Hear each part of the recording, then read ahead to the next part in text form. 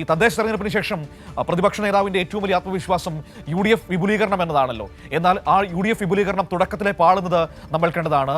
വിഷ്ണുപുരം ചന്ദ്രശേഖരൻ ഞാനിപ്പോഴും RSS ആണ്, സ്വയം സേവകനാണ് എന്ന് പരസ്യമായി പ്രഖ്യാപിക്കുമ്പോൾ അദ്ദേഹത്തിന്റെ പാർട്ടിയെ മുന്നണിയിലേക്ക് കൊണ്ടുവന്ന അല്ലെങ്കിൽ മുന്നണിയിലേക്ക് കൊണ്ടുവരാൻ ശ്രമിച്ച പ്രതിപക്ഷ നേതാവിന്റെ നീക്കങ്ങൾ പൊളിഞ്ഞു വീഴുന്നത് നമ്മൾ കണ്ടതാണ്. ഇപ്പോൾ പ്രതിപക്ഷ നേതാവിനെ വെല്ലുവിളിച്ചിരിക്കുകയാണ് വിഷ്ണുപുരം ചന്ദ്രശേഖരൻ. ഞാൻ താങ്കൾക്ക് അയച്ച കത്തുണ്ടെങ്കിൽ പുറത്തുവിടുക, ഇനി ഞാൻ താങ്കളെ ഫോണിൽ ബന്ധപ്പെട്ടതിന് തെളിവുണ്ടെങ്കിൽ പുറത്തുവിടുക, ഞാൻ മീശ പഠിച്ച് മൊട്ടയടിച്ച് നടക്കാമെന്ന് വെല്ലുവിളിച്ചിരിക്കുകയാണ് പ്രതിപക്ഷ നേതാവിനെ. ഇതുവരെ ആ വിഷയവുമായി ബന്ധപ്പെട്ട ഒരു അക്ഷരം പോലും പറയാൻ, അല്ലെങ്കിൽ ആ വെല്ലുവിളി ഏറ്റെടുക്കുന്നതിനെക്കുറിച്ചോ വെല്ലുവിളി നിരാകരിക്കുന്നതിനെക്കുറിച്ചോ പറയാൻ പ്രതിപക്ഷ നേതാവ് തയ്യാറായിട്ടില്ലല്ലോ. നമ്മളിനി പ്രതിപക്ഷ നേതാവിനോട് ഈ വിഷയം ചോദിക്കുകയാണെന്ന് വെക്കുക, എന്തായിരിക്കും അദ്ദേഹത്തിന്റെ പ്രതികരണം? അത് അടഞ്ഞ വാതിലാണ്, ഇനി അതിനെക്കുറിച്ച് സംസാരിക്കാനില്ല എന്ന് പതിവ് പുച്ഛത്തോടെ അദ്ദേഹം പറഞ്ഞു പോകുന്നതല്ലേ നമുക്ക് കാണാൻ കഴിയുകയുള്ളൂ. അപ്പോൾ അങ്ങനെ കാര്യങ്ങൾ നിൽക്കുന്നു. കോൺഗ്രസിനുള്ളിൽ പ്രതിപക്ഷ നേതാവിനെതിരെ വിമർശനങ്ങൾ ഉയർന്നു എന്നതാണ് ഈ മുന്നണി വിപുലീകരണത്തിന്റെ അന്തിമ ഫലം എന്ന് പറയുന്നത്. കൂടിയ ആലോചനകളില്ലാതെ സതീശൻ ഒറ്റയ്ക്ക് തീരുമാനമെടുത്തതിന്റെ ഫലമാണ് വിഷ്ണുപുരം ചന്ദ്രശേഖരന്റെ ഭാഗത്തുനിന്നുണ്ടായ വലിയ തിരിച്ചടി എന്ന വിലയിരുത്തലാണ് കോൺഗ്രസ് നേതൃത്വവുമായി ബന്ധപ്പെട്ട് ഇപ്പോൾ പുറത്തേക്ക് വരുന്നത്.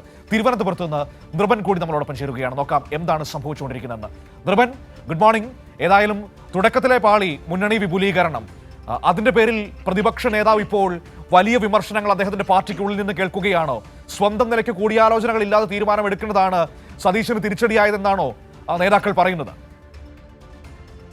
Very good morning. മനു തന്നെ മുഖവരായി പറഞ്ഞ കാര്യങ്ങൾ തന്നെയാണ് ഇപ്പോൾ കോൺഗ്രസ് നടക്കുന്നത്. തദ്ദേശ തെരഞ്ഞെടുപ്പിന് ശേഷം അത് വലിയ തരത്തിൽ UDF മുന്നേറ്റം ഉണ്ടാക്കിയെന്ന അവകാശവാദം, കണക്കുകൾ ശരിയല്ല, പക്ഷേ ആ ഒരു അവകാശവാദത്തിൻ്റെ ഒരു ബ്രാൻഡായി അങ്ങനെ ഒരു ക്യാമ്പയിൻ സ്റ്റാർട്ട് ചെയ്തുകൊണ്ട് അതിൻ്റെ ഭാഗമായി UDF യോഗം ചേരുന്നു. UDF യോഗത്തിന് ശേഷം UDFിൻ്റെ ചെയർമാനായിട്ടുള്ള പ്രതിപക്ഷ നേതാവ് UDF കൺവീനറല്ല, വാർത്താ സമ്മേളനത്തിൽ പറഞ്ഞ് ഇത്തരം കാര്യങ്ങളൊക്കെ പ്രഖ്യാപിക്കുന്നത് സാധാരണ UDFിൻ്റെ കൺവീനറാണ്. പക്ഷേ പ്രതിപക്ഷ നേതാവ് തന്നെ അത് ഏറ്റെടുത്തുകൊണ്ട് മുന്നണി വിപുലീകരിക്കുകയാണ്, വലിയ തരത്തിൽ UDF വികസിപ്പിക്കുന്നു. നിരവധി കക്ഷികൾ UDFിലേക്ക് വരാൻ തയ്യാറായി നിൽക്കുകയാണ്. ഇപ്പോൾ പ്രധാനപ്പെട്ട 3 കക്ഷികൾ എന്ന തരത്തിൽ CK ജാനുവിനെയും PV അൻവറിനെയും വിഷ്ണുപുരം ചന്ദ്രശേഖരനെയും പ്രഖ്യാപിക്കുന്നു. എന്നാൽ തൊട്ട് അരമണിക്കൂർ കഴിയുന്നതിന് മുമ്പ് തന്നെ തിരുവനന്തപുരത്ത് വിഷ്ണുപുരം ചന്ദ്രശേഖരൻ അത് പൂർണ്ണമായി ക്ഷണം നിരസിക്കുന്നു. മാത്രമല്ല, താൻ UDFിലേക്ക് പോകാൻ തയ്യാറല്ല, UDFിന് ഒരു അപേക്ഷയും നൽകിയിട്ടില്ല, താൻ അങ്ങനെ ഒരു അഭ്യർത്ഥനയും നടത്തിയിട്ടില്ല എന്ന കാര്യം, താൻ NDAയുടെ വൈസ് ചെയർമാനാണ്, മാത്രമല്ല ജനനം മുതൽ മരണം വരെ ഞാനൊരു RSകാരനായി ജീവിക്കും എന്ന കാര്യം കടുത്ത പ്രഹരം പ്രതിപക്ഷ നേതാവ് VD സതീശന് നൽകിക്കൊണ്ട് വിഷ്ണുപുരം ചന്ദ്രശേഖരൻ പ്രഖ്യാപിക്കുകയും ചെയ്യുന്നു.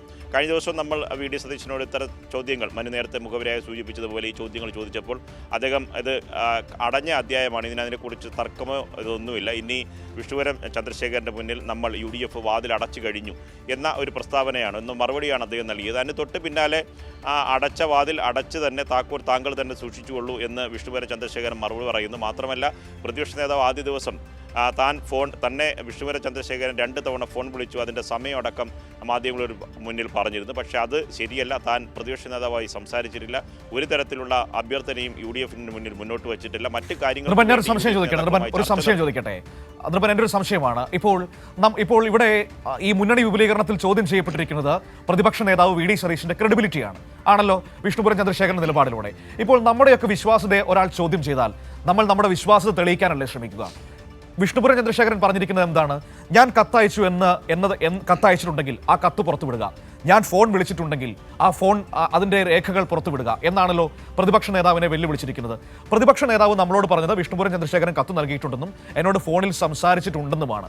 അങ്ങനെയാണെങ്കിൽ സ്വന്തം വിശ്വാസ്യത ചോദ്യം ചെയ്യപ്പെട്ട് നിൽക്കുന്ന സാഹചര്യത്തിലും ആ കത്ത് പ്രതിപക്ഷ നേതാവ് പുറത്തുവിട്ട ആ വെല്ലുവിളി സ്വീകരിക്കാത്തത് എന്തുകൊണ്ടാണ്? തീർച്ചയായും, കാരണം വിഷ്ണുപുരം ചന്ദ്രശേഖരനെ പോലെ അല്ലല്ലോ പ്രതിപക്ഷ നേതാവ് കേരളത്തിൻ്റെ. കഴിഞ്ഞ ദിവസം നമ്മൾ ഇതേ ചോദ്യമാണ് പ്രതിപക്ഷ നേതാവ് VD സതീശനോട് ചോദിച്ചത്. അങ്ങയുടെ പദവി വളരെ, കേരളത്തിൻ്റെ പ്രതിപക്ഷ നേതാവാണ്, UDFിൻ്റെ ചെയർമാനാണ്, വലിയൊരു പദവിയാണ്. ഇപ്പോൾ തൊട്ടു മുമ്പ് K കരുണാകരൻ്റെ അനുസ്മരണ യോഗത്തിൽ K കരുണാകരൻ്റെ മഹത്വത്തെക്കുറിച്ച് അതേ പദവിയിലാണ് താൻ ഇരിക്കുന്നതെന്ന് പ്രസംഗം കഴിഞ്ഞ് പുറത്തേക്ക് ഇറങ്ങിയ VD സതീശനോടാണ് നമ്മൾ തന്നെ ഇതേ ചോദ്യം ചോദിച്ചത്. അങ്ങയുടെ പദവി വളരെ ബഹുമാന്യമായിട്ടുള്ള പദവിയാണല്ലോ, UDFിൻ്റെ ചെയർമാനാണ്, പ്രതിപക്ഷ നേതാവാണ്.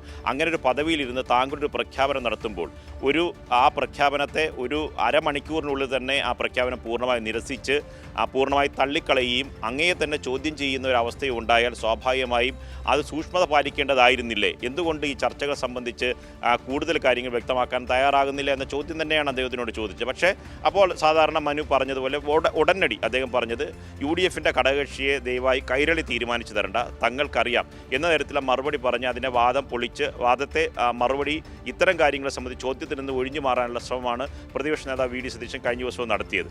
അത് തെളിയിക്കേണ്ടത് പ്രതിപക്ഷ നേതാവിൻ്റെ ക്രെഡിബിലിറ്റി അദ്ദേഹമാണ് തെളിയിക്കേണ്ടത്. കാരണം അത് പ്രതിപക്ഷ നേതാവ് നിസ്സാര പദവിയല്ല. ആ പദവിയിൽ ഇരുന്നു കൊണ്ട് അങ്ങനെ അദ്ദേഹം ഒരു പ്രഖ്യാപനം നടത്തുമ്പോൾ ഒരു രാഷ്ട്രീയ പ്രസ്ഥാനത്തിൻ്റെ നേതാവ് വിഷ്ണുപുരം ചന്ദ്രശേഖരനെ പോലെ ഒരു നേതാവ് അദ്ദേഹത്തെ വെല്ലുവിളിച്ച് പറയുകയാണ് ഫോൺ രേഖകളുണ്ട് കാണിക്കൂ, ഒപ്പം തന്നെ കത്ത് കാണിക്കൂ എന്ന കാര്യം വെല്ലുവിളിക്കുന്നു. പക്ഷേ ഇതുവരെ പ്രതിപക്ഷ നേതാവിന് അങ്ങനെ ഒരു കത്ത് കാണിക്കാൻ കഴിഞ്ഞിട്ടില്ല.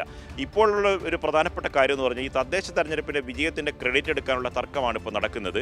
അത് ആ ക്രെഡിറ്റ് പ്രതിപക്ഷ നേതാവിൽ തന്നെ എടുക്കാനുള്ള ശ്രമം അദ്ദേഹം നടത്തുന്നു. ഒപ്പം തന്നെ UDF വിപുലീകരിക്കുന്നു എന്ന കാര്യത്തിലൊരു പ്രഖ്യാപനം ഉടനടി നടത്തി ഒരു ധൃതി പ്രതിപക്ഷ നേതാവ് കാട്ടി. അത് നേരത്തെ മനു മുഖവരയായി സൂചിപ്പിച്ച KC വേണുഗോപാലിൻ്റെ എൻട്രിയാണ്. KC വേണുഗോപാലിന് വേണ്ടി PR ഓപ്പറേഷൻ നേരത്തെ തന്നെ ആരംഭിച്ചതാണ്. പക്ഷേ KC തന്നെ നേരിട്ട് രംഗത്തിറങ്ങുകയും അദ്ദേഹം തന്നെ PR-ന് നേതൃത്വം വഹിക്കുകയും അദ്ദേഹം തന്നെ അദ്ദേഹത്തിൻ്റെ പേജിൽ പോസ്റ്റ് ചെയ്യുകയും ചെയ്തത് കഴിഞ്ഞ തദ്ദേശ തെരഞ്ഞെടുപ്പിൻ്റെ റിസൾട്ടിന് ശേഷമാണ്. അതുകൂടി പ്രതിപക്ഷ നേതാവിനെ ആശങ്കപ്പെടുത്തുന്നുണ്ട്. അതിൻ്റെ ഭാഗമായിട്ടാണ് അല്പം മുമ്പ് കൊച്ചിയിൽ നിന്ന് നമ്മൾ റിപ്പോർട്ടർ ചെയ്തതുപോലെ KC വേണുഗോപാലിൻ്റെ അടുത്ത അനുയായിയായിരുന്നു ദീപ്തി മേരി വർഗീസ്.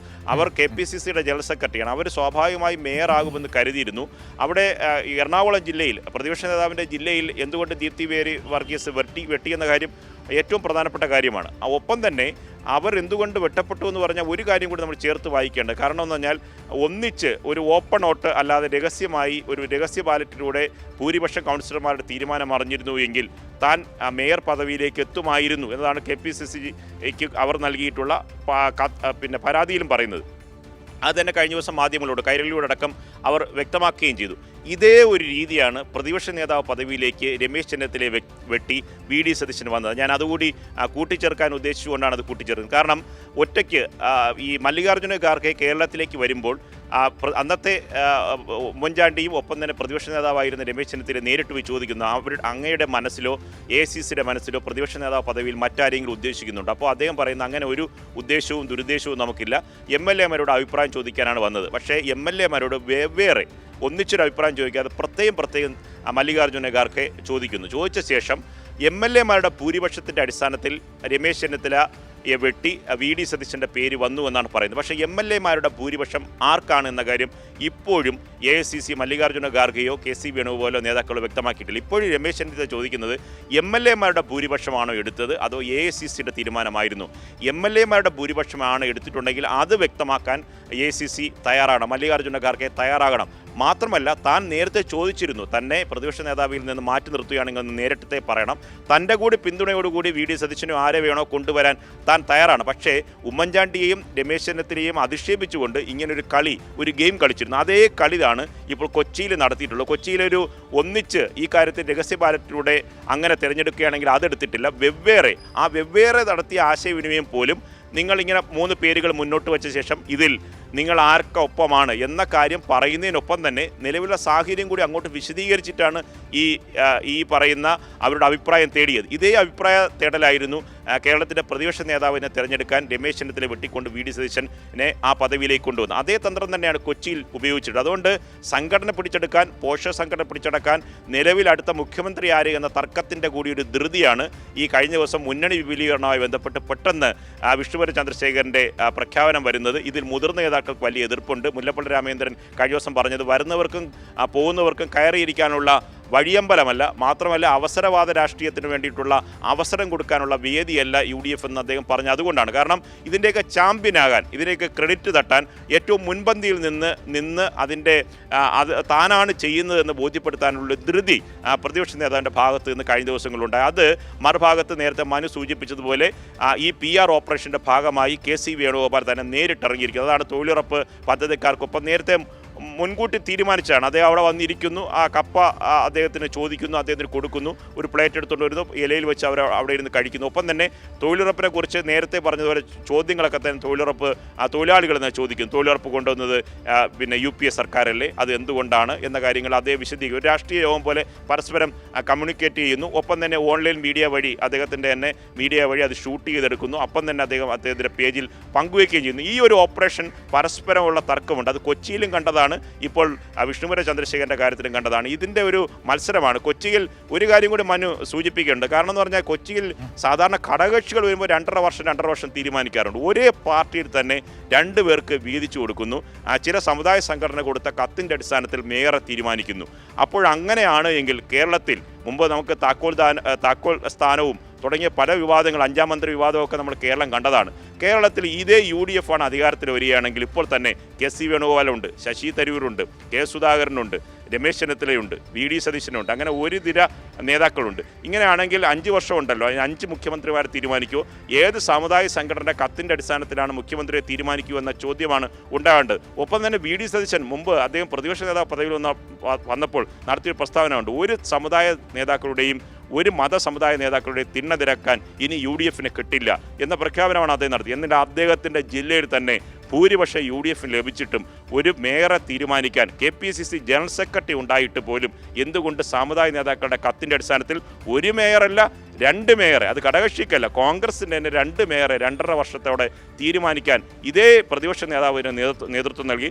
എന്നിട്ട് അദ്ദേഹം തന്നെയാണ് മാധ്യമങ്ങളുടെ മുന്നിൽ നിന്നും അന്ന് ഈ സമുദായ നേതാക്കളുടെ തിണ്ണ നിറങ്ങില്ല എന്ന അദ്ദേഹത്തിൻ്റെ പ്രസ്താവന വീണ്ടും അദ്ദേഹം ആവർത്തിച്ച് പറയുകയും ചെയ്യുന്നത്. മനു. ശരി, ഓക്കെ, താങ്ക് യു നിർബൻ. ഏതായാലും പ്രതിപക്ഷ നേതാവിന്റെ ആ ഇരട്ടത്താപ്പ് നിലപാടുകളെയാണ് ഇപ്പോൾ തുറന്നു കാട്ടപ്പെടുന്നത്. സ്വന്തം പാർട്ടിക്കുള്ളിൽ നിന്ന് തന്നെ വിമർശനം കേൾക്കേണ്ടി വരുന്നു. കോൺഗ്രസിൽ ഇപ്പോൾ നടക്കുന്നത് ചാമ്പ്യനാകാൻ വേണ്ടിയുള്ള അടിയാണ്. തദ്ദേശ തെരഞ്ഞെടുപ്പിൽ മുന്നേറ്റം ഉണ്ടാക്കാൻ കഴിഞ്ഞിട്ടുണ്ട്. അത് ആരുടെ ചാമ്പ്യൻഷിപ്പിലാണ് അല്ലെങ്കിൽ ആരുടെ മേൽനോട്ടത്തിലാണ് എന്നതിന്റെ അടിയാണ് ഇപ്പോൾ നടക്കുന്നത്. ഏതായാലും കാര്യങ്ങൾ ഇങ്ങനെയൊക്കെയാണ് മുന്നോട്ട് പോകുന്നത്.